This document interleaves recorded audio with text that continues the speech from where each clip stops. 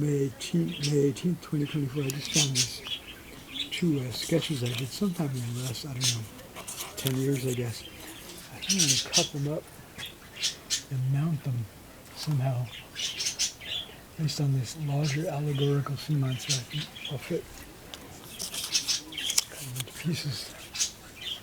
Look at that, almost works just like that. Like superimposed.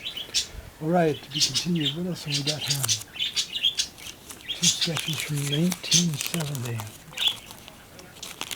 Crumpled up shirts. Oh, I still have crumpled up shirts on my couch over there. This is 54 years later. Two crumpled up shirts, 1970.